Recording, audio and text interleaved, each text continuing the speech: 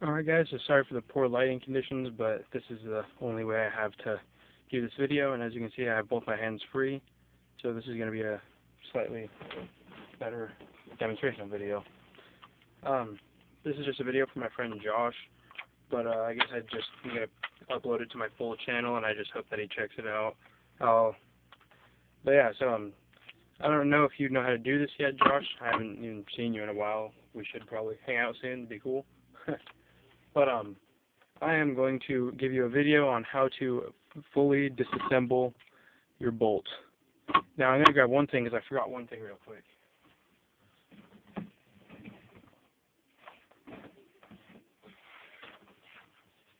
This is the Mosin Nagant bolt too. But this is a piece of a longboard that busted pretty badly a long time ago, and I keep it because on one of the parts you have to press the firing pin heavily into the board.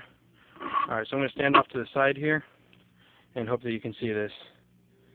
Now, the first thing you're going to want to do, or this is the way I do it anyways, a lot of people do it another way, and I'll show you that way first, is that you just decock the bolt by turning it to the left, or turning the cocking knob on the back to the left, and then you like pull this forward and you like twist it off and everything.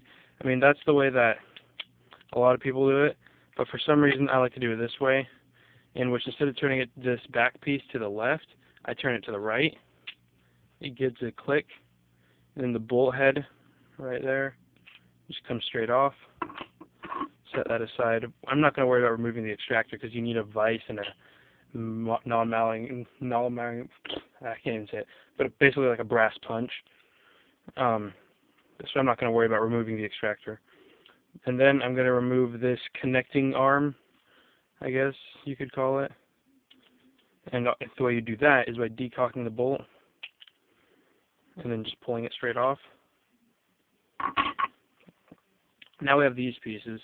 Now I'm going to move right over here, and this is against this backgammon board, and there's grip tape on this side so it doesn't like to move around as much. But I'm actually going to move the backgammon board. Let me move some of my stuff around. Set this right here.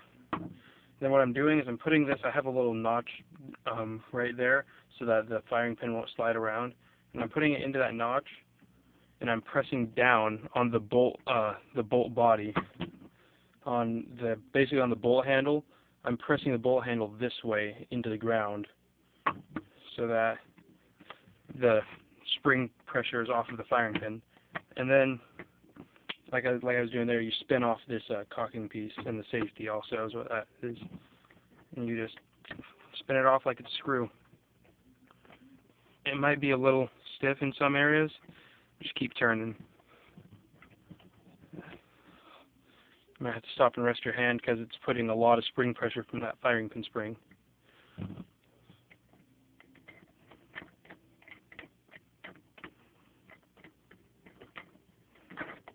Once that's off, once you got that off, you relieve all that pressure, and the bolt, the bolt body comes off of the firing pin and the spring. Now you can see here that the firing pin is massive. It is basically, in fact, it's the length of the entire bolt assembled, or it's just slightly shorter than the entire bolt assembled in the cocked position, which is something like I'm going to try to simulate it here just so that you can get an idea of what I'm talking about.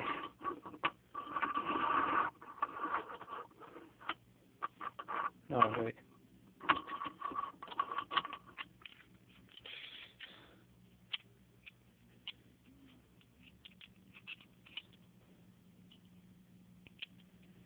Alright.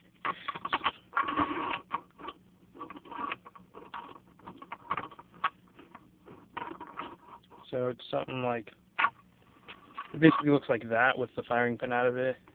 I mean, this firing pin, and also if you see the face on the front of the firing pin, that is what hits.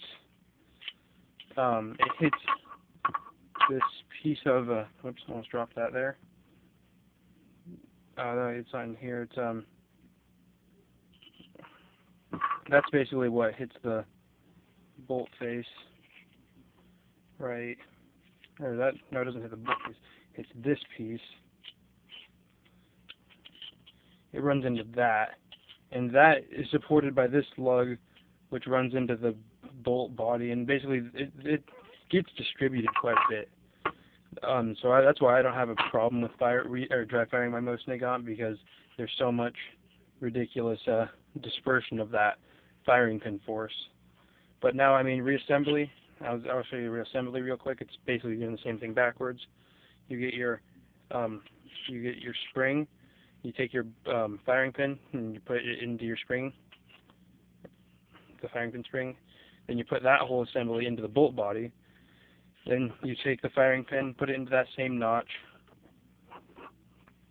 press down, and then thread this rear piece back on.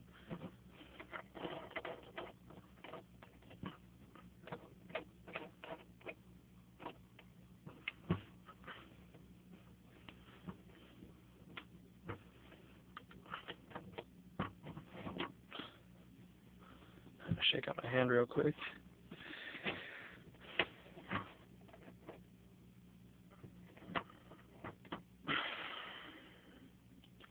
Alright, let me grab one thing, and then I'll fully reassemble the bolt, and then show you guys something else.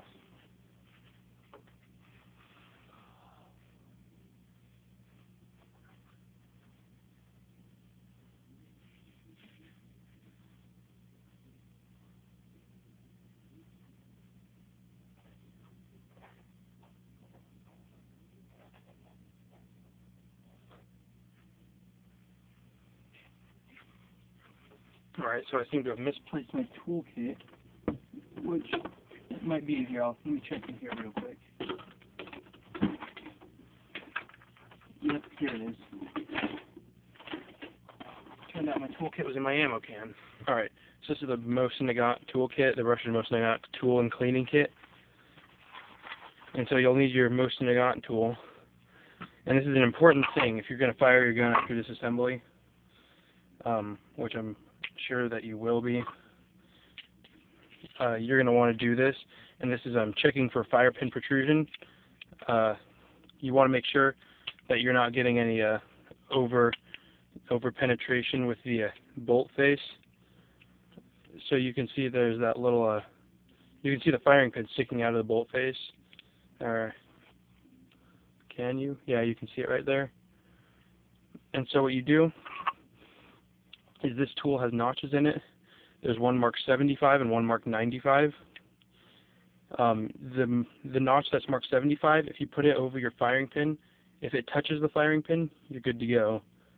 If you put it on the 95 and if the 95 notch gets touched by the firing pin, then that's bad. You need to back out your firing pin a little bit. Mine happens to be perfect right now because I know where to stop it with mine, because I've done this quite a few times. So my bolt's back ready to go. Let me clip that back into the cocked position. Take my Mosin Nagant here. Just kind of push it in. There you go. Let me throw it on safety. So it's out on safe. As you can see, trigger does nothing. Can't move the bolt. And we're good. Alright guys, this has been an Afro CCW video. Disassembling the bolt of the Mosin Nagant model 9130, which is the same for all Mosin Nagants, the M44s, 38s, 9130s, and I even believe the Finnish models and all the models really. But I know this is a Russian 9130 built in the Ishvek, no, not the Ishvek, the Tula factory. You can see the markings from it on the receiver. You can see it right there, the star with an arrow in it. So yeah. And anyways, thank you guys for watching. Enjoy the rest of your day.